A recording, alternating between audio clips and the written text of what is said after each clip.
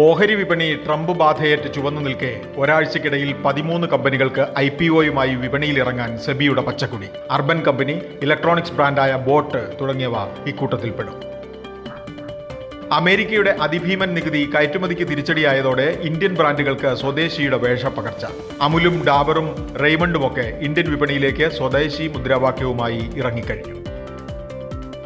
ദേശീയപാതകളിലെ 25 toll ബൂത്തുകളിൽ വാഹനം നിർത്താതെ ടോൾ ഈടാക്കാനുള്ള multi lane free flow tolling സംവിധാനം അടുത്ത മാർച്ചിനകം ഓട്ടോമാറ്റിക് നമ്പർ പ്ലേറ്റ് റെക്കഗ്നീഷൻ രീതിയിൽ വാഹനങ്ങളെയും ഫാസ്ടാഗ് വിവരവും വാഹനം കടന്നു പോകുന്നതിനിടയിൽ മിന്നൽ വേഗത്തിൽ തിരിച്ചറിഞ്ഞ് പണം കട്ട് ചെയ്യും. കൊട്ടിഘോഷിച്ച് ഇന്ത്യയിലെത്തിയ ഇലോൺ മസ്കിന്റെ ടെസ്ലയ്ക്ക് 2 മാസത്തിനിടയിൽ കിട്ടിയത് 600 ഓർഡറുകൾ മാത്രം. ഈ വർഷം 2500 കാർ വിൽക്കാനായിരുന്നു ലക്ഷ്യം. മുന്നേറ്റത്തിന് തടസ്സം വലിയ വില തന്നെ. എൻട്രി ലെവൽ മോഡൽ വൈക്ക് 60 ലക്ഷം.